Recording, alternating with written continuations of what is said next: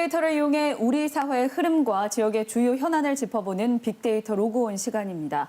오늘은 새로운 공유 서비스로 시민들의 관심을 받으면서 안전 문제 등의 논란을 빚고 있는 전동 킥보드에 대해서 살펴보겠습니다. 빅데이터와 AI 전문가 전채남 대표와 함께하겠습니다. 대표님 안녕하십니까? 안녕하세요.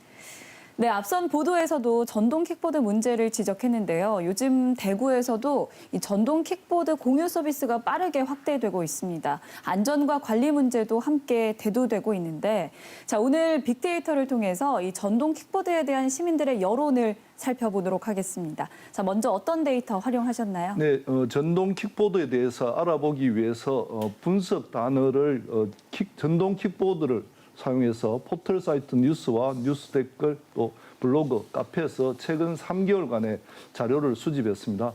자료는 약 22,600여 건으로 이 수집된 데이터를 분석하여 내용들을 살펴보도록 하겠습니다. 네, 요즘 공유 서비스가 확대되면서 전동 킥보드에 대한 관심이 커지고 있는데 네. 이 빅데이터상의 정보량에도 어떤 변화가 있었나요?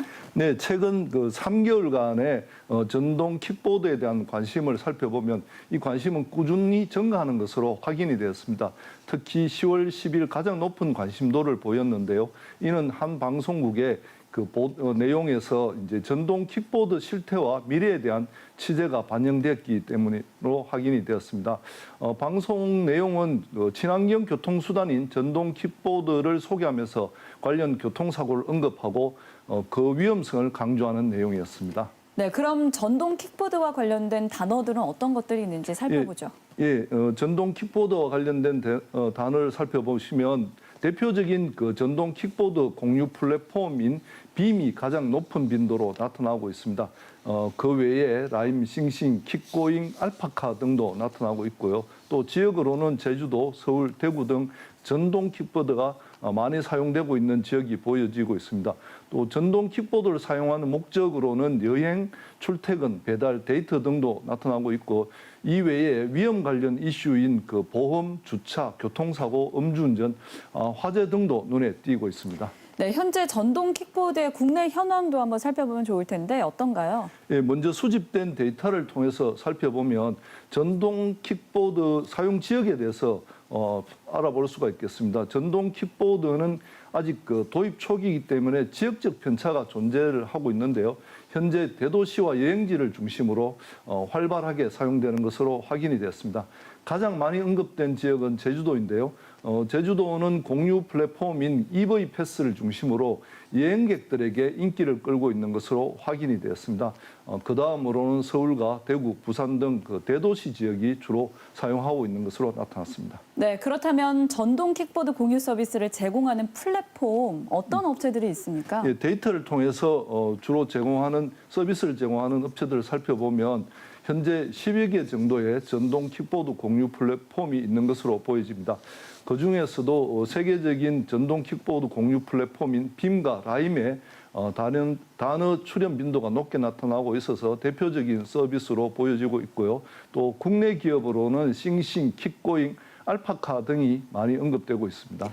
네, 전동 킥보드에 대한 시민들의 관심이나 이슈 어떻게 나타나고 있죠? 예, 관심이나 이슈를 한번 살펴보시면 시민들은 전동 킥보드 운전자들의 위험한 행동에 대한 기사에 대해서 많은 감정과 댓글 반응을 보이고 있습니다.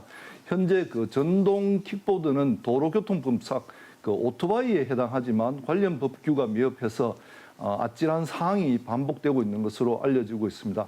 다음은 전동 킥보드 사고가 늘어나는 가운데 킥보드 사고 발생 시에 보상을 피해자나 가족의 자동차 보험으로 우선 지불을 하도록 하는 보험 약관이 개정됐다는 소식에 관심을 많이 보이고 있습니다. 그 외에 전동 킥보드의 주차 문제가 많은 관심을 받고 있는데요.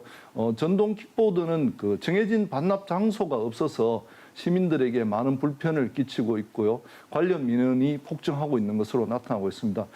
이 내용들을 종합해 보면 안전한 전동 킥보드에 대한 공감대 형성과 또 사고 대책 마련이 필요한 것으로 보여집니다.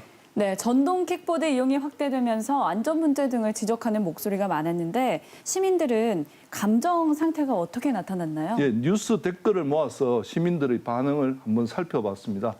시민들의 감성 분석은 그 수집된 데이터에서 감성을 표시하는 단어를 긍정, 중립, 부정으로 나누어서 전반적인 반응을 살펴보는 것인데요. 댓글에 나타난 전동 킥보드에 대한 감성 분석 결과를 보면 부정적인 감정이 90%로 압도적으로 높게 나타나고 있습니다. 이것은 그 댓글 데이터 자체가 가지는 한계이기도 한데요. 댓글 데이터는 부정적 반응이 좀 과하게 표현되고 있는 그런 경향이 있습니다. 특히 그 전동 킥보드의 주차 문제와 도로 주행에 대한 안전에 대한 우려로 인해서 부정적인 감정이 많이 야기되고 있는 것으로 보여집니다. 네, 이 부정적인 감정이 정말 대다수를 차지한다고 볼 수 있는데 시민들의 반응을 조금 더 구체적으로 살펴볼까요? 네, 구체적으로 좀 살펴보면은 시민들은 한마디로 그 안전에 대한 우려를 많이 나타내고 있습니다. 운전자와 보행자 모두 전동 킥보드의 그 무분별한 운행 때문에 걱정하는 모습인데요. 주로 전기를 충전하여 사용하는 전동 킥보드 특성상 사용자들 사이에 배터리에 대한 그 불안감이 존재하는 것으로 보이고요. 또 반면에 실제 사용자들은 상당히 만족하고 있는 것으로 확인이 되고 있습니다. 차를 타기도 또 걷기도 애매한 즉 라스트 마일을 이동하는데 최적의 이동 수단으로 사용되고 있는 것으로 확인이 되고 있습니다. 정리해 보면 새로운 교통 수단으로 도입된 그 전동 킥보드에 대한 관련 법규 미비와 사용자들의 시민의식 미형성으로 인해서 서비스 도입 초기 단계에서의 혼란이 좀 나타나고 있는 것 같습니다. 그렇지만 새로운 교통수단으로 자리를 잡을 수 있도록 사용자뿐만 아니라 관계자들이 노력을 한다면 매우 좋은 서비스가, 이동 서비스가 될 것이라고 생각됩니다. 네, 오늘은 새로운 공유 서비스로 시민들의 관심을 받으면서 안전 문제 등의 논란을 빚고 있는 전동 킥보드에 대해서 살펴봤습니다. 오늘 전채남 대표님과 함께했습니다. 오늘 말씀 감사합니다. 예.